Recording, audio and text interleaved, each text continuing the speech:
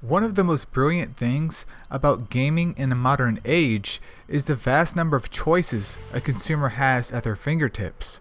Old games, new releases, early access, the list just goes on and on. Some games receive multiple ports to different platforms and retain some relevancy even till this day, while others are left imprisoned on now defunct hardware, and one of these games in particular, by the name of Radiant Historia Perfect Chronology, may be one of them. Released back in 2018 for the 3DS, Radiant Historia PC is a remake of the original with additional content. I did some digging online to see what games out there I'd never even heard of, but sounded interesting, and this one ticked all the boxes. Interestingly enough, it was co-developed by Atlus and Headlock. Atlus is known for the Persona and Shin Megami Tensei series, while Headlock is a Japanese-based development company whose last work was Arcadia Saga back in 2012. So, let us cut to the chase. Why am I even talking about this? What makes this game so interesting? Well, where do I begin? Yes. Let us talk about the gameplay first. The game takes place across various zones, and within these zones are enemies, chests, and interactive items. As you progress through the game, you get abilities to cut down vines, use barrels as bombs, and sneak past foes, so as long as you have the MP to do so. Some chests are out in the open and others you have to find. Regarding the enemies, you can interact with them before combat as well with a good old whack. Whether the enemy runs into you or you into them, the battle then happens in another screen. On the surface, this game is your standard turn-based RPG, but quickly the game lets you know that it is anything but. Combat takes place with your characters affixed to the right of the screen and the enemies to the left. But what makes this enjoyable is the use of the grid. A player can move enemies to other tiles, which allows them to literally stack up multiple enemies in one area. Then the next character can take advantage of that via skills, magic, mana burst, pretty much anything that you can think of. This makes some battles go a lot quicker than just hitting the button and spreading your damage across multiple enemies. What also makes this fun is the use of turn swapping, which also lets the player maximize their damage.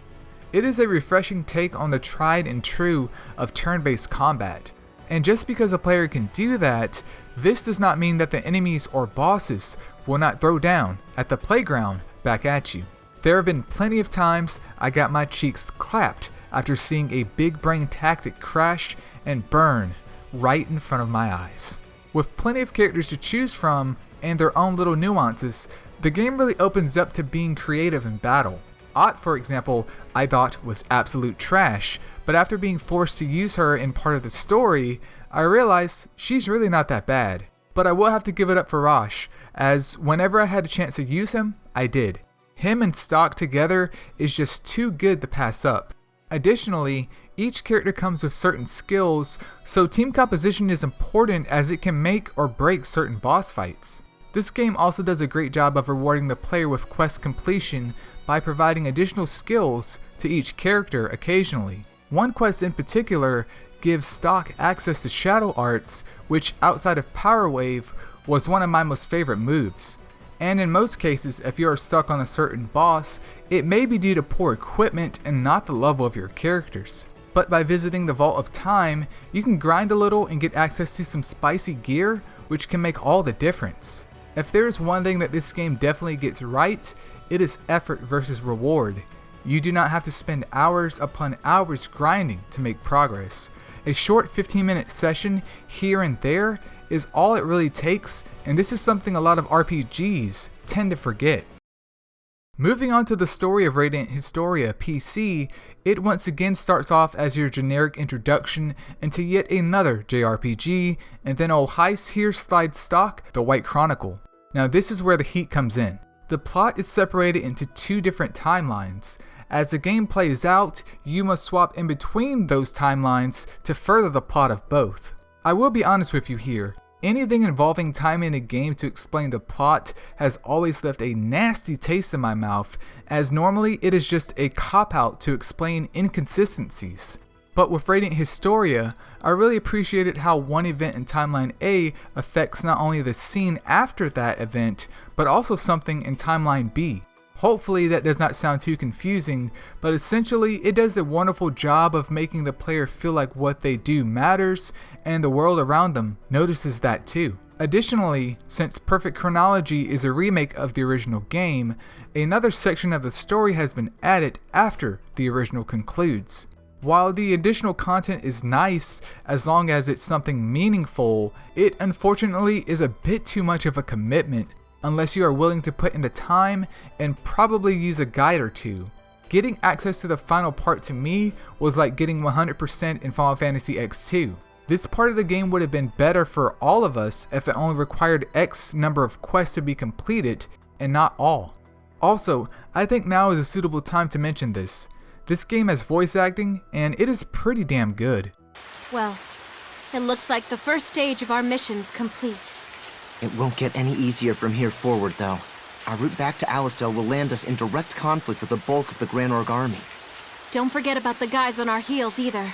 The main cast is fully voiced, or at least the vast majority of the lines, and the NPCs do weird little grunts or repeat the same line over and over again. We all know they love to talk in JRPGs, which are essentially anime shows with gameplay, and it is nice to set the game on auto and let things unfold. Mix that in with the music, and it just gets even better. We got the upper hand! The composer for this game was none other than Yoko Shimomura, a woman with good taste in tunes. Shimomura is known for having worked on games such as the Kingdom Hearts series, Final Fantasy XV, and Xenoblade Chronicles. If the story in this game does not move you, then her music surely will, as it feels as though you are on an epic adventure with the cast. With all of that being said, I did complete the main portion of the game in just about 30 hours and really enjoyed my time with the game. While part of me wants to push on to obtain the true ending, I may save that for a rainy day. But if you are on the fence about trying out this game, I hope my input helps you to decide. To those of you who just realized that this game even existed, then if you don't know, now you know. But the last thing I'll say about this game is that it is one I surely will never forget. The pacing of the game, the storytelling, the combat, just this game in itself strives to do its job of entertaining the player and nothing more. It wants you to experience it, enjoy it, and move on. And knowing that makes me appreciate the game much more.